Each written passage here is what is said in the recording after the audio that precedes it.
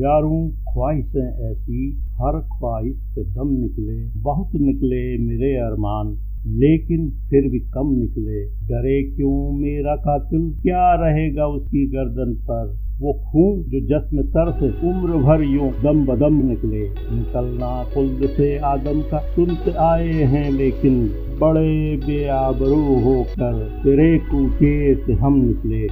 मिर्जा गालिब की ये लाइनें आज अमेरिका के लिए बहुत सटीक बैठ रही हैं। अफगानिस्तान से अपनी डेडलाइन के एक दिन पहले ही आधी रात को जिस तरह से अमेरिका सब कुछ छोड़कर भागा है, उसके लिए यही कहा जा सकता है, बड़े बेआबरू होके अमेरिका अफगानिस्तान से भागा है। इस हड़बड़ी में उसके कई नागरिक वहीं छूट गए हैं। अमेरिका अत्याधुनिक हथियारों का जखीरा भी वहीं छोड़ गया है।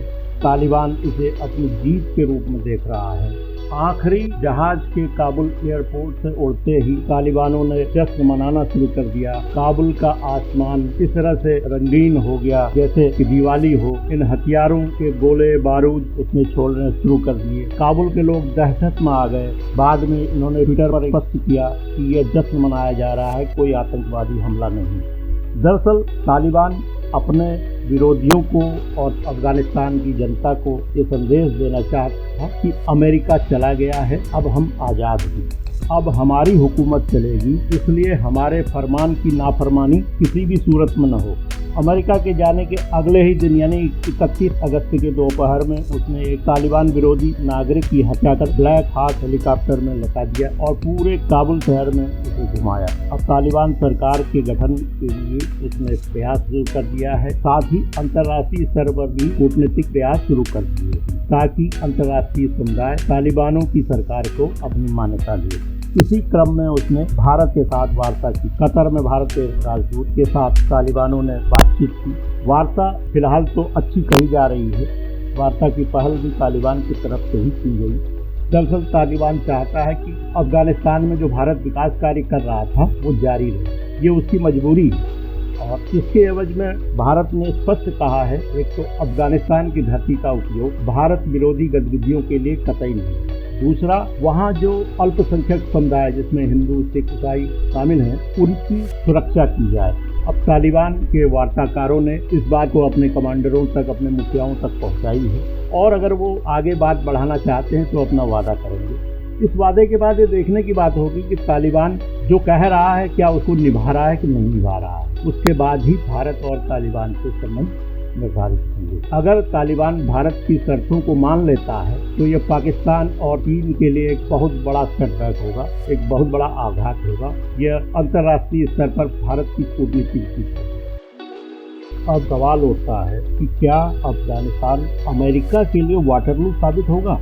वहाँ पर उसकी साख बहुत गिरी है, अमेरिका की क्रेडिट खत्म हुई है, क्योंकि जिस बात को लेकर के या जिस उद्देश्य को लेकर के अमेरिका अफगानिस्तान में गया था वो चीजें पूरी नहीं। एक बार फिर से आतंकवादी वहाँ पर हावी हो गए हैं और अमेरिका उनको छोड़ के चला गया। तो ये वाटरलू शहर बेल्जियम में स्थित है और इतिहास में एक बहुत बड़ा करैक्टर हुआ है फ्रांस का नेपोलियन बोनापार्ट। नेपोलियन बोनापार्ट की आखिरी लड़ाई वाटरलू में हारा था, तब से ये किस्सा प्रसिद्ध हुआ है। कोई भी स्थल होता है तो उसके लिए कहा जाता है कि उसके लिए वाटरलू साबित हुआ। तो अमेरिका के लिए भी क्या अफगानिस्तान वाटरलू साबित हो रहा है, ये देखने की बात। तो ये संयोग देखिए, बेल्जियम में ही वाटरलू नहीं है, खुद अमेरिका में भी एक वाटरलू है। अमेरिका के पूर्वी आयोवा प्रांत में है। ये सीडर नदी के किनारे बसा हुआ है और यहाँ से शिकागो करीबन 350 किलोमीटर से। अमेरिका इतने सालों से सुपर पावर रहा है और अफगानिस्तान में आकर के एक क्रेडिट पूरी तरह से खत्म हो गया।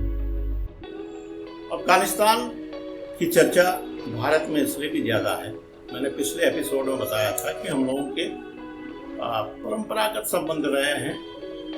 संबंध क्या रहे हैं कि वो भारत ही था, भारत का अंग ही था। वहाँ जो राजा महाराजा थे वो भारत के साथ में उनके रोटी बेटी के संबंध थे, तो इसलिए वहाँ कुछ भी होता है तो उसका दर्द भारत में होना स्वाभाविक है।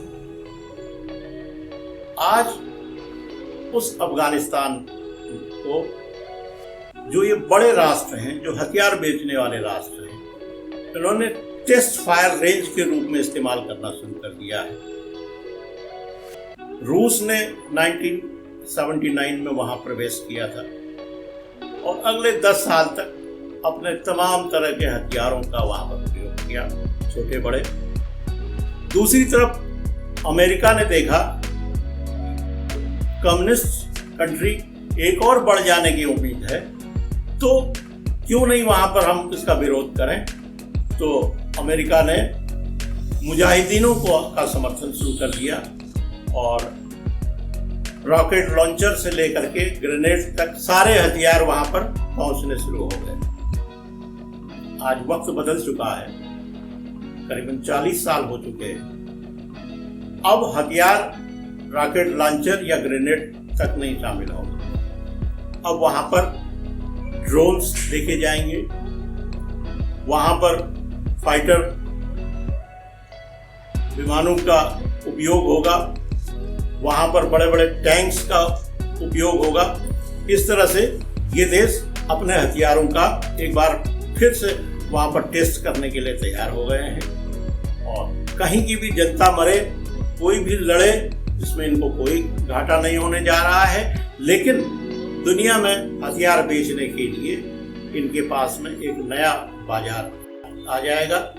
इसीलिए अफगानिस्तान की लड़ाई, अफगानिस्तान के गुटों का झगड़ा, वो इन सब के लिए भी बैठता है। मजेदार बात देखिए, तुर्की जो है, जो ड्रोन टेक्नोलॉजी में दुनिया में सबसे आगे अग्रणी माना जाता है, जिसने आर्मेनिया और अजरबैजान की लड़ाई में जिन ड्रोनों का इस्तेमाल किया गया था, वो ड्रोन्स वाला तुर्की जो है आज यहाँ सीन से गायब हो गया है। उसके 500 सैनिक यहाँ पर थे।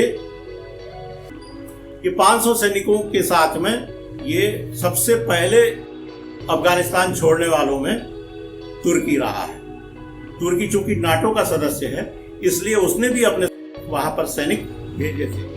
तुर्की के राष्ट्रपति एर्दोगन यानी पिछले दिनों चर्चा में थे।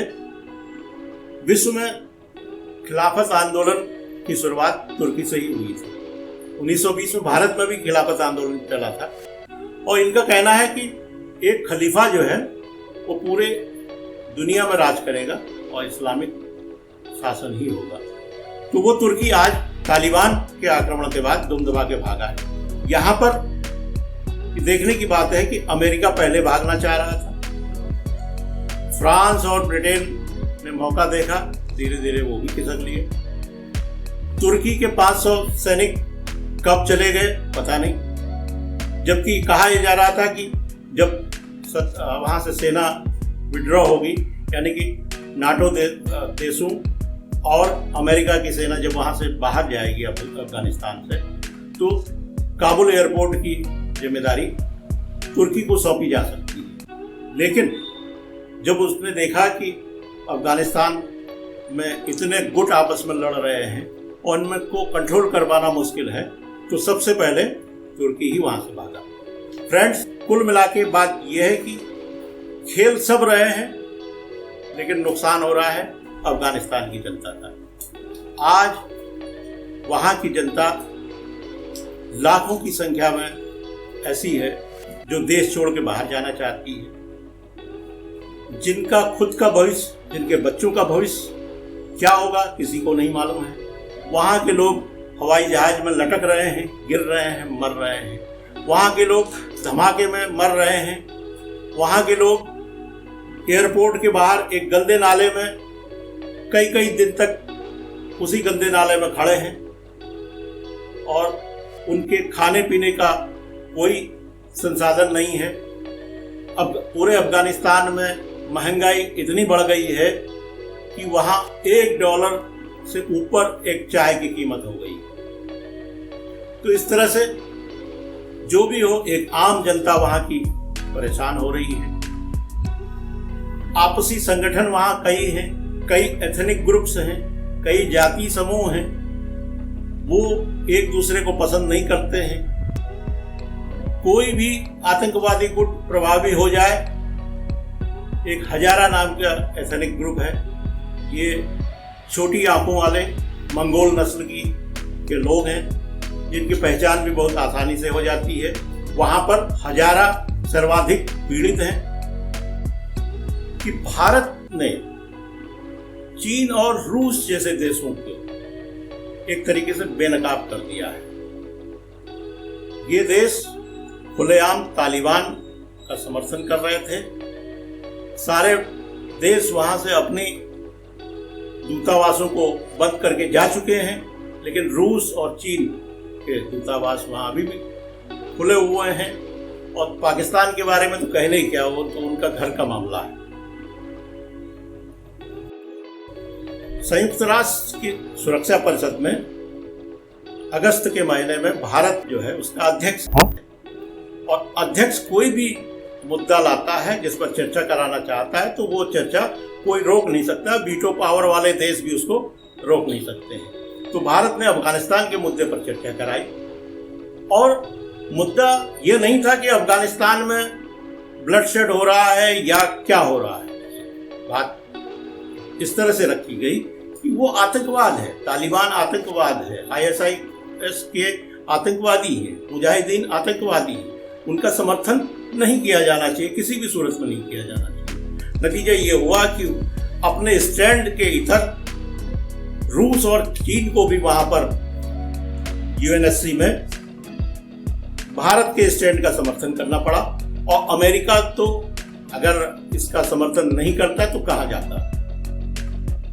इस तरह से भारत ने सारे जो बिग प्लेयर्स हैं उनकी पोल खोल के रख दी है, और विश्व पटल पर एक जनमत बनाने की कोशिश की है कि अफगानिस्तान या उसके बॉर्डर पर या लगे हुए पाकिस्तान पर जो भी आतंकवादी लोग हैं या आतंकवाद जो पनप रहा है, इसका विरोध किया जाना चाहिए, इसका समर्थन नहीं होना चाहिए।